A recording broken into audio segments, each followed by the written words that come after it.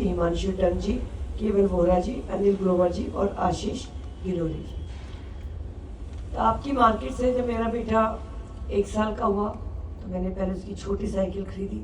जब वो थोड़ा बड़ा हुआ तो उसकी अगली साइकिल खरीदी, और जब वो 16 साल का हुआ तो उसकी रेस वाली जो आपकी साइकिल आजकल मॉडर्न आ गई है वो खरीदी। उत्तम नगर में मैं पैदा हुई हूँ।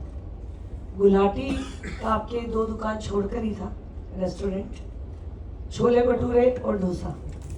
मेरा कॉलेज दीनदयाल उपाध्याय कॉलेज था और आपको पता है करमपुरा में था, और वहाँ से करमपुरा से मेरे बस स्टॉप से बस, मैं उत्तम नगर रहती थी तो बस सीधी नहीं होती थी क्योंकि हमें पैदल चल के मोती नगर आना पड़ता था, या वहाँ से जो भी बस आ रही होती थी वो तिलक नगर लेते थे।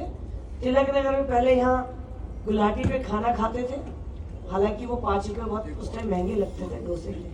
तो 5 रुपये का डोसा खाने के लिए कई दिन इंतजार करना पड़ता था, फिर डोसा खा के फिर हम उत्तम नगर में पहुँचते थे। आपकी एक एक दुकान से मैंने सामान खरीदा हुआ है। ये तो मेरी वर्ल्ड की जो आज दुबई की वर्ल्ड मार्क जो हमारी है मार्केट, उसके अंदर जाके वो खुशी नहीं मिलती जो मुझे तिलक नगर में आके बचपन में मिली। एक एक दुकान, कोई ऐसी दुकान नहीं मेरी शादी की शॉपिंग होगी या बचपन से जब मार्केट ही एक थी। ठीक है, मार्केट उत्तम नगर में तो RS 5 रोड बहुत बाद में डेवलप हुआ, उसके बाद छोटी मोटी चीजें वहां बनने लगी। और जो गोलगप्पे वाली दुकान थी, तो आप यकीन मानना कि शुरू में जब मैं छोटी थी तो हमें गोलगप्पे खाने के लिए अगर अच्छे खाने होते थे तो तिलक नगर आना पड़ता। तो वो बस का 2 रुपए का किराया, 2 रुपए भी नहीं, कम ही होता था, शायद 50 पैसे रहा होगा उस टाइम पे। तो वो 817 पकड़ के, और वो 817 जिसके अंदर पैर रखते वक्त हिम्मत जुटानी पड़ती थी। मैं लोकसभा की टिकट तो नहीं कहूंगी, पर 817 की बस में सीट मिलना पार्षद की टिकट मिलने के बराबर तो जरूर था उस समय, क्योंकि इतनी भीड़ होती थी, दिक्कत होती थी। तो मेरा आप लोगों से वो संबंध है। तो तिलक नगर पीयर हो गया अब आप? मेरा पीयर है भाई, मेरा सब कुछ यहीं से हुआ है। और अभी कुमार साहब यहाँ पर थे आप, तो अभी हमने, पहले मैं सेक्टर 6 द्वारका में रहती थी।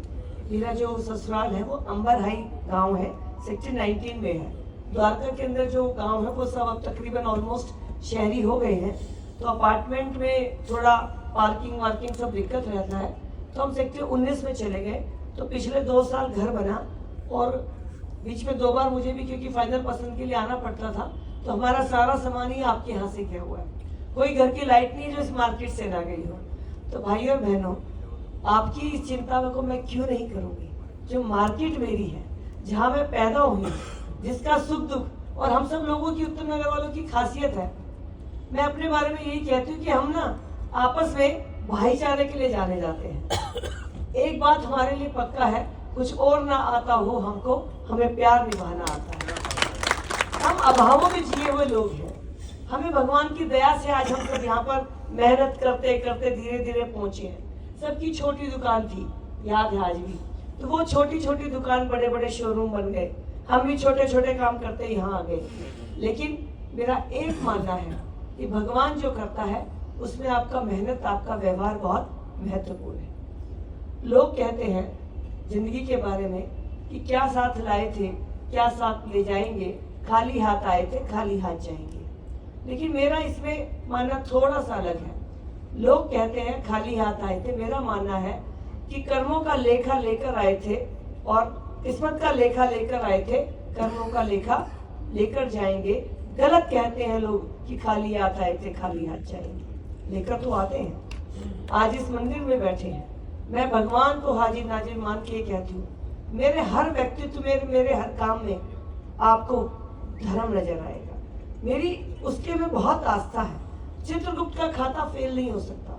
और जैसे आजकल आपके यहाँ पे बड़ा सिस्टम हो गया है, GST भी कटती है, कैश की बिलिंग नहीं होगी, ये नहीं होगा। आजकल भगवान भी अगले जन्म का वेट नहीं करता है, वो यहीं पे टैप पे हाथ मार के काफी हिसाब किताब तो यही कर देता है। तो मेरा ये मानना है कि जब हम लोग यहाँ एक परिवार की तरह हैं, क्या कहा आपने कि जब हमारी समस्या हो तब आप हमारे साथ खड़े हो जाना। किस बात के लिए होता है प्रतिनिधि? यही तो है, किस लिए वोट दी जाती है कि आपकी हर बात में वो आपके आगे खड़ा हो, हर लड़ाई लड़ने में वो आपके आगे खड़ा हो। काम होना ना होना उस भगवान के हाथ में है। उस बच्चे की जिंदगी बननी थी, बचनी थी। सुषमा जी चली गई, लेकिन वो बच्चा बच गया, क्योंकि भगवान ने उसकी जीवन लिखा हुआ था। लेकिन कोशिश नहीं होती तो कैसे होता। सुरेश भाई, मेरा आपको आज इस स्थान पे कमिटमेंट है। भगवान को मैं यहाँ पर ये मानती हूँ कि मंदिर है, यहाँ पर भगवान है। मैं इस बात को कहती हूँ, इतनी भी कमी आप मेरे कर्म और व्यवहार में नहीं पाएंगे। मुझे आपको किसी चुनावी सभा को संबोधित नहीं कर रही हूँ, क्योंकि आप सबको पता है क्या ठीक और क्या गलत है। सिर्फ ये कहना चाहती हूँ कि जो प्रतिनिधि होना चाहिए, उस प्रतिनिधि के अंदर आपको अपनी बहन भी साथ में खड़ी मिलेगी, ये आप विश्वास रखिएगा। आपको 60 दिन मेरे लिए मेहनत करनी है। 60 महीने आपका हर फोन मेरी पहचान है। अगर मेरे क्षेत्र में, मैं फिर बार बार कह रही हूँ, मेरे क्षेत्र में किसी से तो बात करो। मैं 6 साल से वहाँ चुनी हुई प्रतिनिधि हूँ। अगर मुझे कोई ये कहता है कि हमें मिलना है, तो मैं कहती हूँ काम के लिए मिलना है या चाय पीनी है, तो कहते हैं कि काम के लिए मिलना है। तो मैं कहती हूँ पहले मुझे व्हाट्सएप भेज दो, क्योंकि आप आओगे, मुझे एक्सप्लेन करोगे, मुझे ऑफिसर से पूछना पड़ेगा। बेटर है आप मुझे पहले एक छोटा सा टेक्स्ट मैसेज भेजिए या व्हाट्सएप भेजिए, मैं ऑफिसर को भेजती हूँ, ताकि तब तक आप आओ तो मेरे पास उसका जवाब होना चाहिए। मैंने मेयर के रूप में जब काम किया, मैंने देखा है कि फाइलों पे काम नहीं होता। काम करने का तरीका ये है कि आप पहले ऑफिसर को बिठाइए, आप उसको समझिए और समझाइए कि भाई ये काम जरूरी है, करना है। अब ये बता दे ये काम होगा कैसे, क्योंकि काम तो ऑफिसर ही करता है at last. This is my personal experience.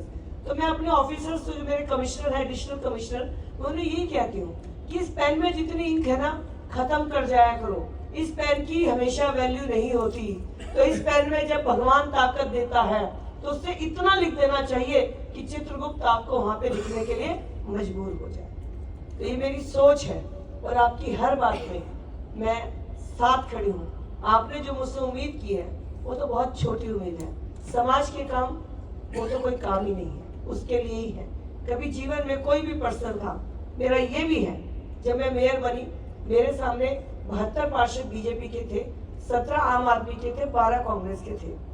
मैंने पहली मीटिंग 72 की लेने के बाद 1 घंटे बाद मीटिंग आम आदमी पार्टी के पार्षदों की बुलाई, और मैंने उन्हें कहा, साथियों आप अलग पार्टी से हो सकते हैं, कोई फर्क नहीं है, सदन के अंदर की लड़ाई लड़ेंगे, लेकिन जो भी फाइल कहीं पे दिक्कत हो मुझे बता देना, काम सबको करना है। और मैं आपको उदाहरण, आपके यहाँ के पार्षद हैं जो आम आदमी के मेरे साथ थे, आप वैसे ही फोन कर लीजिएगा सुरेश भाई मेरे बारे में, बीजेपी तो छोड़ दीजिएगा, अगर वो मजबूर नहीं होंगे, दिल की बात आपसे करेंगे, तो ये कह देंगे कि कैंडिडेट तो बहन ही सही है।